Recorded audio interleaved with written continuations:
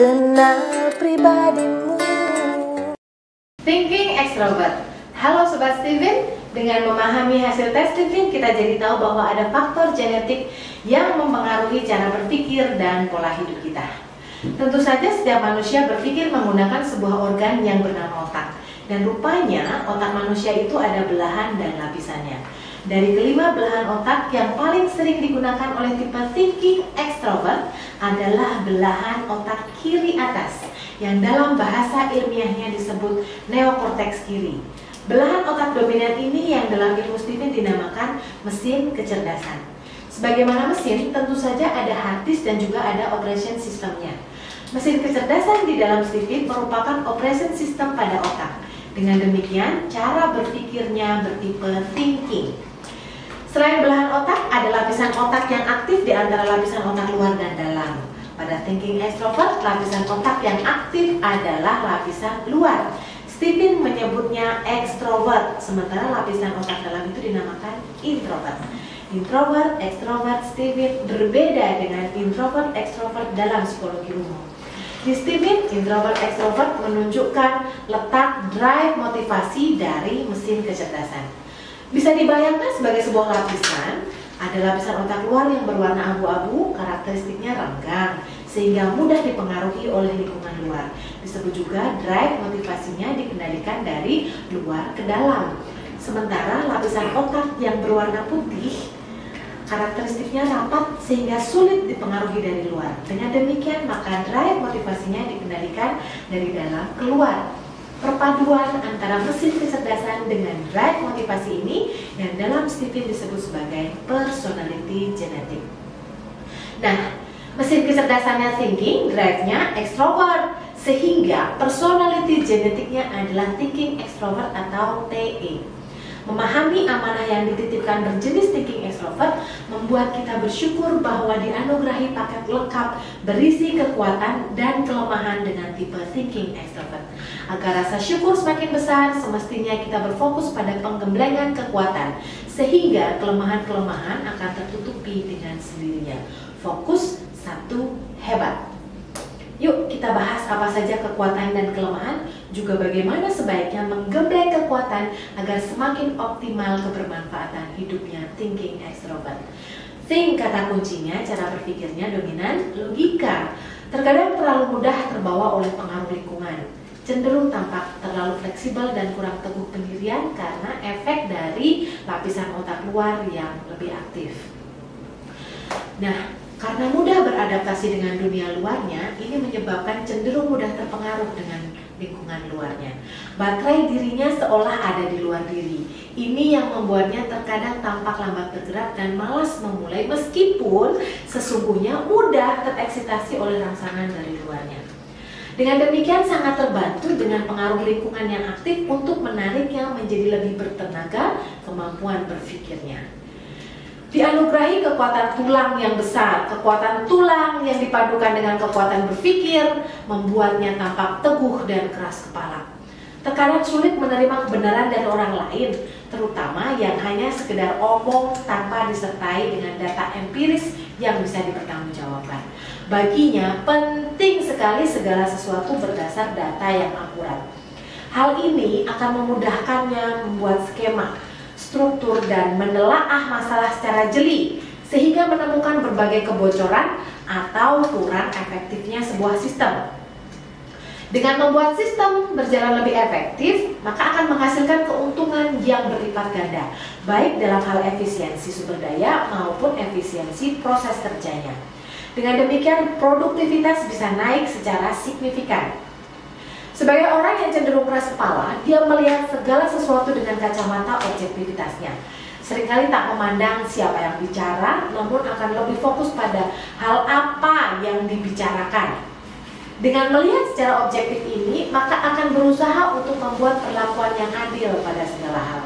Bila ada masalah, maka dia akan berusaha untuk menyelesaikan masalah ini dengan adil.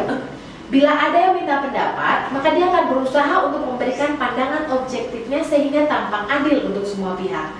Dia lebih senang memikirkan segala sesuatu yang diamanahkan padanya hingga tuntas.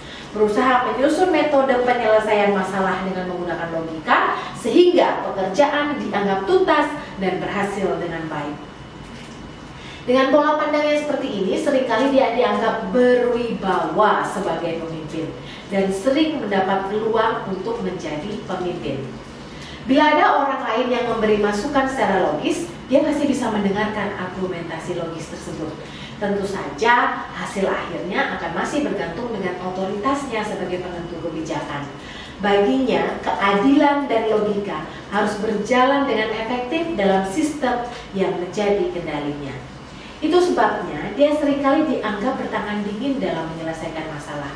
Bila tak mendapatkan peran untuk memegang kendali tersebut, dia rasanya seperti pecundang dan menjadi hilang motivasinya. Apalagi bila terkena penyakit yang namanya rasionalisasi, yaitu banyak memberikan alasan logis yang sesungguhnya akan menjadi penyebab kegagalannya. Untuk itu kecerdasan logikanya semestinya dioptimalkan dengan memperbanyak prestasi kemenangan tanpa banyak alasan. Ya, dia menyukai kompetisi yang adil dan sistematis. Dia akan berusaha keras untuk mengusahakan selalu menjadi pemenang. Bila jalur kemenangan ini dibukakan untuknya, dia menjadi begitu bersemangat untuk mengusahakan yang terbaik. Dia senang mengelola segala sesuatu secara sistematis. Pola atasan bawahan dan berkesan militer menjadi cara yang mudah baginya untuk diaplikasikan dalam menggunakan otoritasnya. Nah, dalam mengendalikan organisasi, dia juga sering memberikan instruksi, bahkan dalam urusan sosial dan cinta. Cara berpikirnya masih akan terbawa, sehingga dalam memperlakukan orang lain terkadang menganggap mereka seperti bawahan. Hal ini seringkali membuatnya tampak angkuh dan bosi si tukang ngatur. Dia kurang peka pada perasaan, maka agak sulit mengartikan cinta. Ini seperti lagu berikut ini.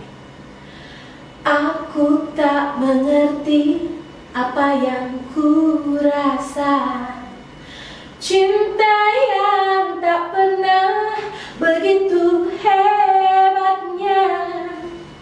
Aku mencintaimu lebih dari yang kau tahu, meski kau takkan pernah tahu.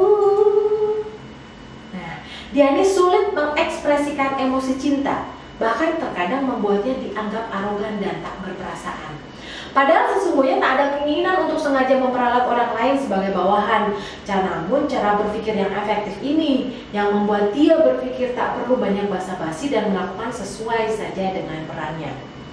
Dengan daya analisanya, terkadang lebih fokus pada kekurangan dan kesalahan orang lain atau kesalahan sebuah sistem, sehingga dia akan berusaha untuk membenahi sistem tersebut menjadi lebih baik.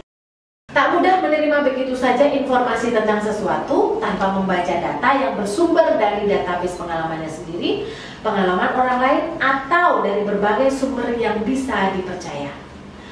Kesannya seperti orang yang ngeyel, argumentatif, dan banyak alasan, meskipun terkadang alasan yang dia berikan memang terkesan logis. Hal ini sering menjadi permasalahan baginya dalam berhubungan sosial. Tak jarang orang merasa tersinggung dengan sikapnya. Untuk itu dia perlu melatih diri agar lebih bisa mendengarkan orang lain, menerima kebenaran dari orang lain, dan tak selalu menganggap orang lain adalah musuh yang harus ditaklukkan. Dia perlu belajar lebih rendah hati untuk bisa bekerja sama dengan orang lain, menghargai bahwa setiap orang dianugerahi kehebatan masing-masing yang sesungguhnya akan menambah banyak keuntungan baginya bila bekerja sama dengan mereka. Dari semua potensi tersebut, rasanya akan menjadi mubazir bila tidak dioptimalkan. Dan sebagai bentuk syukur tertinggi kepada Allah, maka semestinya dia menggunakan kekuatan positifnya semakin menambah keahlian dalam hal efektivitas dan akurasi, serta mempercepat pengambilan keputusan. Kesungguhan kebiasaan berdasar makanan yang harus dilakukannya adalah menahan rasa angkuh dan sombong dengan banyak beristighfar. Banyak istighfar, thinking extrovert, Anda luar biasa. Steven, gue banget. Dengan Steven, kenal pribadimu.